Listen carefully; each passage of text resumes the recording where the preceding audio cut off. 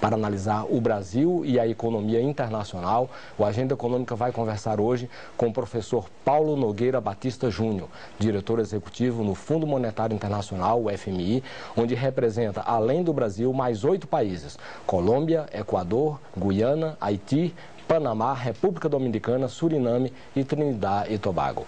Participa dessa entrevista o jornalista Deraldo Goulart. Professor, muito obrigado pela sua presença nos estúdios da TV Senado. Eu que agradeço, é um prazer. Queria que a gente começasse a nossa conversa, o senhor falando um pouquinho de suas funções junto ao Fundo Monetário, como que é representar 8 países, 9 países, né? além do Brasil, mais 8 países, e como é que é esse métier, essa prática de países assim emergentes, né? No caso, em países até pobres, que o senhor representa, como que é representar isso num fórum tão importante como o Fundo Monetário? É uma experiência muito interessante, sobretudo depois que eclodiu a crise internacional, porque com a crise o Fundo Monetário se tornou muito mais importante, adquiriu uma centralidade que ele não tinha quando eu cheguei lá em 2007, e a crise botou o fundo no palco central.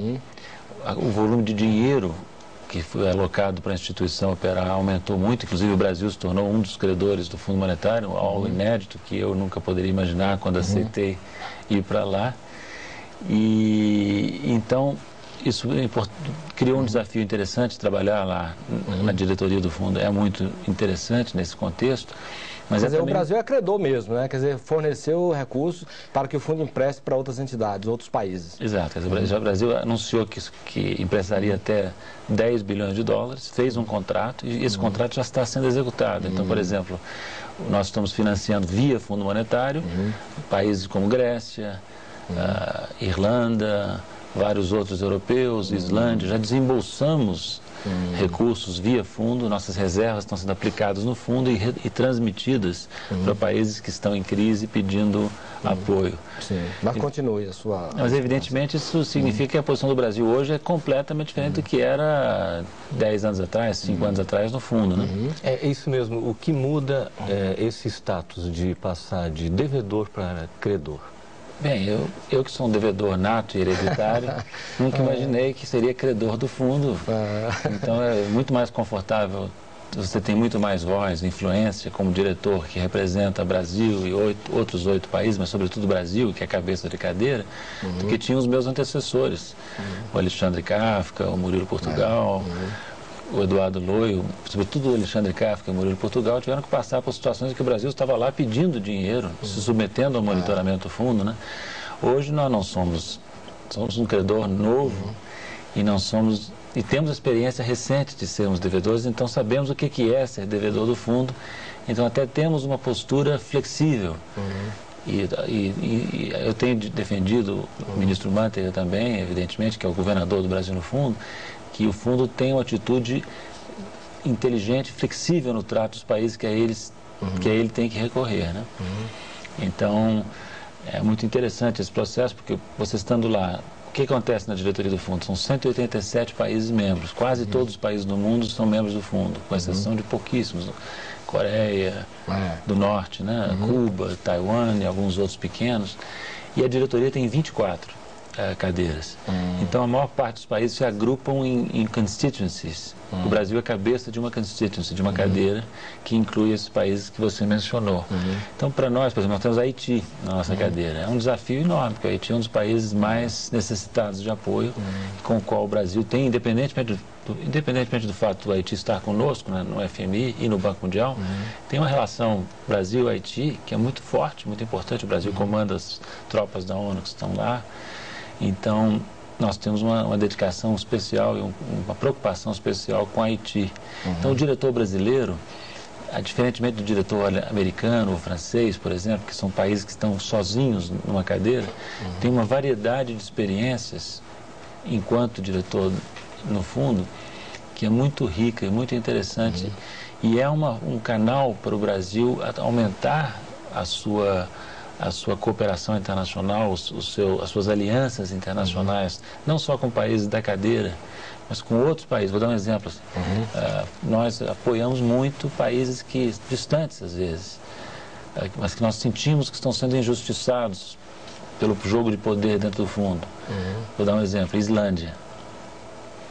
Aliás, deixa eu dizer aqui que tudo que eu estou dizendo nessa entrevista, eu digo a título pessoal, não falo em nome do Fundo Monetário, nem dos governos que eu represento na diretoria. Mas a Islândia tinha um conflito como devedora com países importantes da Europa, que têm influência no fundo e botaram uma pressão tremenda sobre a Islândia na negociação do programa. A cadeira brasileira atuou fortemente para defender esse país pequeno, europeu, desenvolvido, mas que estava sendo, no nosso entender, tratado de uma forma injusta, né? Mais recentemente, Timor-Leste, que é um país, sim, é distante, mas próximo a nós culturalmente, linguisticamente e emocionalmente, né? Timor-Leste, nós também entendemos que o staff do fundo não estava fazendo uma avaliação correta da economia do país e tivemos uma discussão intensa junto com Portugal na diretoria. Então é um processo muito rico, esse processo de participar de uma instituição como o fundo num momento de crise tão intensa, né?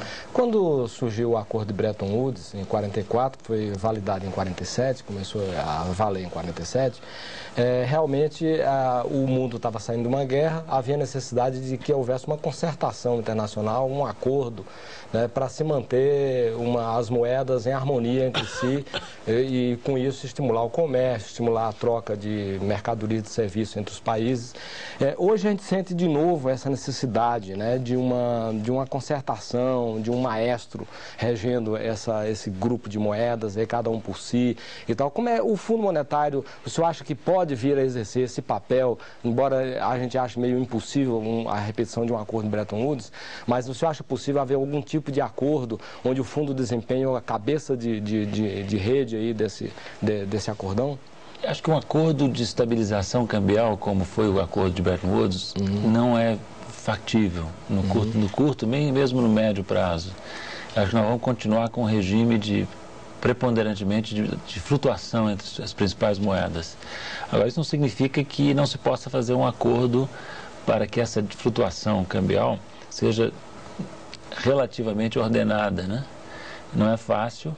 Acho que o fundo vai ter um papel, está tendo um papel nessa discussão, que se trava dentro do FMI, mas também, e mais importante, até no G20. Que outra grande mudança que houve na crise foi que o G7, para todos os efeitos práticos, o G7 foi substituído pelo G20 como principal foro de cooperação internacional. Então o G20, na verdade, o que acontece é que o fundo funciona como secretaria do G20. Vamos explicar para o nosso telespectador a diferença entre o G7 e o G20. O G7 era um grupo de apenas países desenvolvidos, Estados Unidos, Japão, os europeus e o Canadá. Nós não fazíamos parte disso. Com a crise em 2008, os países desenvolvidos entenderam e o Brasil ajudou que essa compreensão se avançasse, que o G7 não tinha mais legitimidade nem representatividade para lidar com a crise do tamanho daquela que surgiu depois do colapso do Lehman, em 2008, aquele Lehman Brothers. Então, formou-se na presidência do Brasil, aliás, o Brasil era presidente do G20 naquele ano, o G20 foi transformado num foro presidencial de chefes de Estado e substituiu o G7 para todos os fins práticos. O G7 continua, mas a diferença é que ingressaram para o diálogo os países em desenvolvimento, os países emergentes. Esse é o ponto fundamental que eu não tinha ainda mencionado, é que acrescentou-se aos países do G7, acrescentaram-se mais 13, que são principalmente países em desenvolvimento. Mas essa crise cambial, por exemplo, a guerra fiscal que está no mundo todo aí, com os Estados Unidos, com a China, teria que ser uma política bilateral ou uma política mundial de concertação, como diz o Elival, para que houvesse esse equilíbrio fiscal no mundo? Bilateral entre Estados Unidos e China? Não. Fala-se muito em G2, mas o mundo é multipolar. Por mais importantes que sejam os Estados Unidos e a China crescentemente, eles não têm sozinhos capacidade de articular uma solução global. Daí que eles têm que fazer isso, tentar fazer isso junto nas instituições internacionais, como o Fundo Monetário, e no G20, onde estão os principais países desenvolvidos e também os principais países emergentes, como Brasil, Argentina, África do Sul, China, Índia, Rússia, né? Indonésia, Turquia. O Fundo Monetário é sempre acusado aí de ter um excesso de ortodoxia nas suas ações, na sua maneira de agir. Que mudanças o senhor acha que o fundo sofreu importantes desde a sua criação até hoje? Na minha opinião, essa crítica continua válida, porque é preciso entender que o Fundo Monetário é uma burocracia que existe, como você bem lembrou, desde o final da Segunda Guerra Mundial, foi criado logo após a Segunda Guerra Mundial, e adquiriu aquela inércia que todas as burocracias têm. E a visão ortodoxa, às vezes excessivamente rígida, é uma realidade. Agora, sob efeito da crise mundial, que abalou muitos paradigmas, inclusive os paradigmas que o fundo propagava, né? Sob efeito da pressão dos países em desenvolvimento, o Brasil, os BRIC, sob efeito da gestão do Dominique Strauss-Kahn, que é o diretor-gerente francês atual, número 1 do Fundo Monetário, que é uma pessoa aberta a novas ideias, que tem muita iniciativa, a instituição começou a se mover de maneira significativa nos últimos anos e já há uma discussão interna. Por exemplo, vou dar um exemplo entre muitos, a questão dos controles de capital. Antigamente era anátema. Nem sei porquê, mas porque está no Keynes, botou nos artigos constitutivos do fundo, e nunca foi mudado isso, apesar de tentativas, controle de capital como um instrumento que os países não só podem, como devem usar em determinadas circunstâncias. Mas no período neoliberal... Mas explica melhor essa coisa do controle de capital que falava o Keynes. Como funciona isso? O Keynes era o maior economista do século XX, como vocês sabem, ele estava muito influenciado pela experiência de instabilidade do entre guerras. Então, quando ele foi um dos grandes articuladores, um dos fundadores do Fundo Monetário, ele fez questão de que, no contexto dos convênios constitutivos do fundo, dos Articles of Agreement, se estabelecesse não só a possibilidade, mas até mesmo a obrigação dos membros se valerem de controles de capital quando houvesse uma grande fuga. Ou seja, criar barreiras ao ingresso de investimento de capitais, não? Especulativos. O mais interessante, os convênios prevêem também a obrigação de estabelecer a saída. Porque o Keynes tinha preocupação que o dinheiro oficial fornecido via fundo monetário não fosse usado para financiar a fuga de capitais privados dos países em crise. Entende?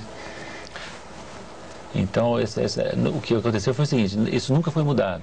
Houve uma tentativa liderada pelos Estados Unidos nos anos 90 que fracassou, o Brasil inclusive foi contra, mas no período neoliberal inaugurado pela Margaret Thatcher na Inglaterra e o Ronald Reagan nos Estados Unidos, a onda foi tão forte que o fundo passou a se comportar na prática como se controle de capital fosse anátema, fosse algo a não ser utilizado. Isso está mudando, essa discussão está em curso, em parte por influência também do Brasil, né?